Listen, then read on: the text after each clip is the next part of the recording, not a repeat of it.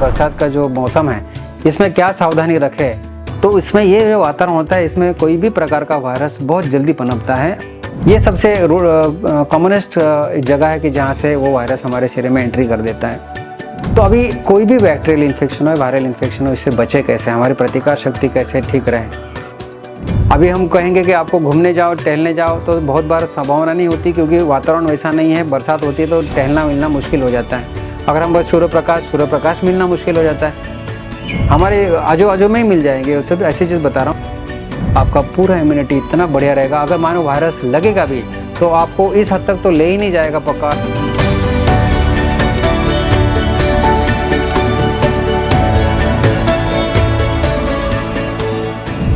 सभी दर्शकों को मेरा नमस्कार। अभी जैसे बरसात का सीज़न शुरू हुआ है और सभी लोग कई जगह देखें कि कई अतिवृष्टि भी है और कई जगह सामान्य वृष्टि भी है।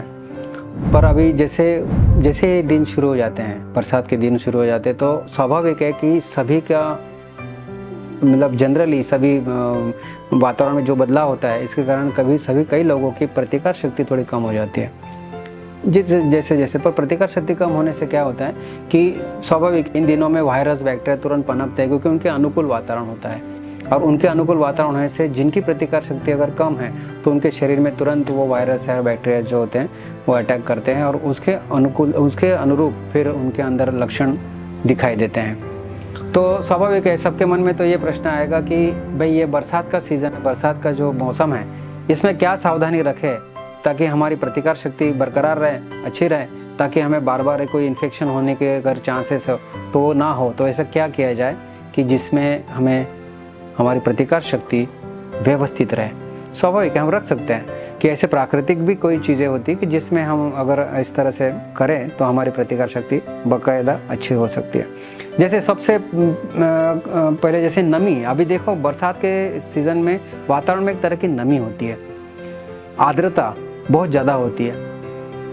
तो इसमें ये जो वातावरण होता है इसमें कोई भी प्रकार का वायरस बहुत जल्दी पनपता है और हर जगह वायरस तो एयर में भी हो सकता है, पानी कहीं पे भी हो सकता है और हम संपर्क में आने का बहुत ज़्यादा चांस होते हैं। तो वायरस भी इजीली लगने से हमारी मेन एंट्री तो सभी को पता है कि ज़्यादातर जो हमारे नोस्ट्रिल्स है, नाक है, मुंह है, यही एक कारण सबसे। और हम अगर कुछ पेय पीते हैं और जो भी है, ये सबसे कॉमनेस्ट जगह है कि जहाँ से वो वायरस हमारे शरीर में एंट्री कर देता है। समझ लो हम नोस्ट्रिल ले लेते हैं, चलो हमें कुछ वायरस लगा और हमें उसके लक्षण आने लग गए, रनिंग नोज शुरू हुआ, स्नीजिंग शुरू हुआ, कफ शुरू हुआ, स्वाभाविक बढ़ने से हमें बुखार आने लग जाता है और स्वाभाविक डॉक्टर के पास जाते हैं, डॉक्टर कहता है वायरल है।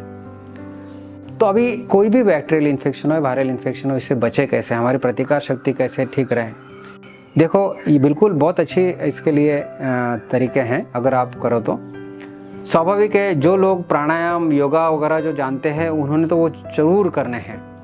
अभी हम कहेंगे कि आपको घूमने जाओ, टहलने जाओ, तो बहुत बार संभावना नहीं होती क्योंकि वातावरण वैसा नहीं है। बरसात होती है तो टहलना मिलना मुश्किल हो जाता है। अगर हम बस सूर्य प्रकाश मिलना मुश्किल हो जाता है क्योंकि बादल है, सूर्य प्रकाश होता नहीं, कई दिन तक सूर्य प्रकाश दिखता नहीं। तो चलो ये चीज़ हमें नहीं मिलती, तो जो चीज़ हम कर सकते हैं तो घर में रह के कम से कम प्राणायाम योगा तो करना ही चाहिए। ये सबसे ज़रूरी है प्रतिकार शक्ति टिके रहने के लिए। तो योगा प्राणायाम जरूर करें। दूसरी बात कि कोई चीज़ ऐसी है कि जो घास से लेके पेड़ तक हमारे आजू बाजू में ही मिल जाएंगे। उससे भी ऐसी चीज़ बता रहा हूँ जो घास से लेके पेड़ों तक कोई चीज़ अगर हम उसका अगर काढ़े पिए 2-2 दिन, बस ज़्यादा भी नहीं, 2-2 दिन और 2-3 साइकिल, तो उससे हमारी प्रतिकार शक्ति बहुत अच्छी रहती है। हमने प्रैक्टिकल किया है। जैसे अभी घास से लेके पेड़ तक था, अभी घास से शुरुआत करें। घास क्या होता है आपको पता है, दूब घास तो हर जगह मिलती है। दूब घास एक मुट्ठी, बस इतना, एक जो तोड़ो इतना, एक मुट्ठी में जितना दूब घास आएगा उतना दूब घास अगर 1 गिलास पानी में डालो, 10 मिनट केवल उबालो, 10 मिनट उबालो, ठंडा होने दो, छान के पी लो। 2 दिन, केवल 2 दिन पीना है। 2 दिन पीने के बाद वो बंद हो जाएगा। फिर थोड़ा और ऊपर उठते, घास से ऊपर कौन सा पौधा होता है, तुलसी, थोड़ा बड़ा होता है घास से, तो तुलसी के पत्ते ले लिए, 5-7 पत्ते, 8-10-15 पत्ते जो भी आपके अनुकूलता से लिया। वो भी वैसे ही 1 गिलास पानी में, छोटे गिलास पानी 100-125 ml का हो, उसमें पानी डाल दिया, 10 मिनट उबाला, ठंडा करके पी लिए। वो हो गया 2 दिन। 2 दिन हमने दूब घास लिया, 2 दिन हमने तुलसी लिया। और थोड़ा ऊपर हो जाए, और कौन सा बड़ा पौधा होता है उससे थोड़ा बड़ा पौधा होता है, मान लो कड़ी पत्ता, थोड़ा बड़ा होता है, समझ लो तुलसी से। तो कड़ी पत्ते का पौधा है, उसका लिया, पत्ते ले लिया, और उसके भी 25-30 पत्ते लिया, एक गिलास पानी में डाल दिया, 10 मिनट उबाला, ठंडा करके पी लिया। बनाने का तरीका सेम एक जैसे। 2 दिन पिया, फिर छोड़ दिया। हमने 3 पत्ते अभी तक हो चुके हैं। हमारा दुबघास हुआ है, तुलसी हुआ है और करी पत्ता हुआ है। अब हम और आगे बढ़ते हैं, उसके बढ़ते हैं और आगे हम बेलपत्र ले लेते हैं। बेलपत्र ले लेते हैं, बेलपत्र ले लिया 2-5, उसको भी 10 मिनट उबाला, ठंडा करके पी लिया। वो हो गया 2 दिन। और आगे बढ़ते हैं, उससे बढ़कर होता है तो समझ लो नीम का पत्ता। तो नीम का पत्ता लिया, 8-10 पत्ता लिया, उसको भी उबाला, ठंडा करके पी लिया 2 दिन। और बड़ा पेड़ भी, इससे जो सबसे बड़ा पेड़ हम जाते हैं वो है पीपल। पीपल के पत्ते ले लिए 2-3, उसको उबाला और ठंडा करके पी लिया 2 दिन। और आखिरी में जो बेल पे जो पेड़ पे चढ़ती बेल, उसको बोलते हैं गिलोई या अमृता। गिलोई सब कई लोग जानते हैं, गिलोई और अमृता। उसका अगर हमने 2-4 पत्ता ले लिया, उसको उबाल के अगर पिया 2 दिन, तो ये 7 प्रकार के, हमने घास से लेके पेड़ तक, बड़े पेड़ तक, और एक वेली, अगर इसका अगर हमने सेवन किया, हमने 2-2 दिन, देखो हमने 2 दिन 2-2 दिन किया, 7 मतलब 14 दिन हो गए। फिर अगर दूसरा और 14 दिन, और फिर तीसरे 14 दिन, ऐसे 3 बार अगर हमने इसका कोर्स किया, तो आपका पूरा सीज़न मैं तो कहूँ उसके बाद वाला भी, आपका पूरा इम्यूनिटी इतना बढ़िया रहेगा। अगर मानो वायरस लगेगा भी तो आपको इस हद तक तो ले ही नहीं जाएगा पक्का ये काढ़ा, कि आपको डॉक्टर के पास जाके एडमिट होना पड़े और कुछ बोतल इंजेक्शन लेने पड़े।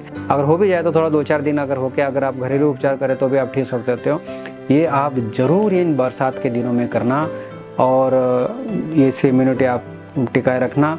दूसरी बात, घरेलू और चीज़ होती है जो स्ट्रॉन्ग एंटीवायरल होती है, जो हमने कई जगह बताई हैं, वो है अदरक, लहसुन और हल्दी। ये 3 चीज़ बहुत ज़्यादा उपयोगी होती है कोई भी वायरस में। तो अगर कोई चाहता हो तो थोड़ा अदरक का टुकड़ा और 2-3 काली मिर्च, 1 आध लौंग, अगर मुंह में रख के अगर चबा के उसका रस भी पीते हैं, और रस थोड़ा टच हो गए, अगर गले से जाता भी है, अगर थोड़ा मोटा अगर वायरस हो तो वो भी निकल जाता है। तो भी जो मसाले होते हैं हमारे घर में, वो मसाले स्ट्रॉन्ग एंटीवायरल है। हमारे घर में जो भी मसाले होते हैं स्ट्रॉन्ग एंटीवायरल, उसका काढ़ा पी सकते हो। और एक आखिरी बात, इन दिनों में संभालने के लिए हमारी इम्यूनिटी, हमारे शरीर में 3 विटामिन ऐसे होते हैं, अगर वो 3 विटामिन हमारे शरीर में अगर मेंटेन्ड है तो कोई भी वायरस हमारे शरीर में नहीं लग सकता। वो सबसे पहला विटामिन था विटामिन बी में B12 आते हैं, और बाकी भी और बी के बहुत सारे आते हैं। अगर वो मेंटेन्ड है तो हमारे शरीर में कभी भी तकलीफ नहीं होगी। विटामिन सी, बी के बाद विटामिन सी, जो साइट्रिक एसिड जैसे फल होते हैं, साइट्रस फल होते हैं, जैसे संतरा, मौसम्बी या नींबू पानी या आंवला वगैरह जो भी है, गावा जैसे अमरूद वगैरह, तो ये अगर हमारे शरीर में खाते हैं हम तो विटामिन सी मेंटेन रहता। और vitamin D, B C D तो अभी मुश्किल है क्योंकि बरसात के कारण सूर्य प्रकाश नहीं होता है, पर अगर हम पहले से लेके रखते हैं सूर्य प्रकाश, तो वो हमारे शरीर में विटामिन डी कुछ दिनों तक टिकता है, 2-4 महीने तक टिकता है, अगर हमने अच्छी तरह से पहले लिया होता है तो। पर अभी भी अगर चांस मिलता है, अगर बादल हटते हैं और सूर्य प्रकाश आता है तो ले सकते हो आप। तो ये 3 vitamin B C D, B तो अपने फल में इसमें मिलता है, B12 जो है हमारे जो छाछ है या मक्खन है या गाय का गोबर का रस है, अगर आप सेवन करते हो बीच बीच में, तो विटामिन B12 आपका मेंटेन रहेगा। तो कुल मिला के अगर इस तरह से आप विटामिन की लेवल मेंटेन करो, साइट्रिक एसिड के लेवल मेंटेन करो, जो है आप मैंने जो काढ़े बताए वो अगर इस तरह से करो तो आपकी इम्यूनिटी ठीक रहेगी, और इस बरसात के दिनों में आप आराम से निकाल सकते हो कोई वायरस के इन्फेक्शन के बिना। सभी को मैं अनुरोध करूँगा कि जो भी हमने काढ़े बताया है, इसका सेवन खाली पेट ही हो सवेरे, तो ज़्यादा अच्छा है, खाली पेट ही होना चाहिए। प्रतिदिन जो हम बताए हैं उस खाली पेट से उसका काढ़ा लेना है आपको।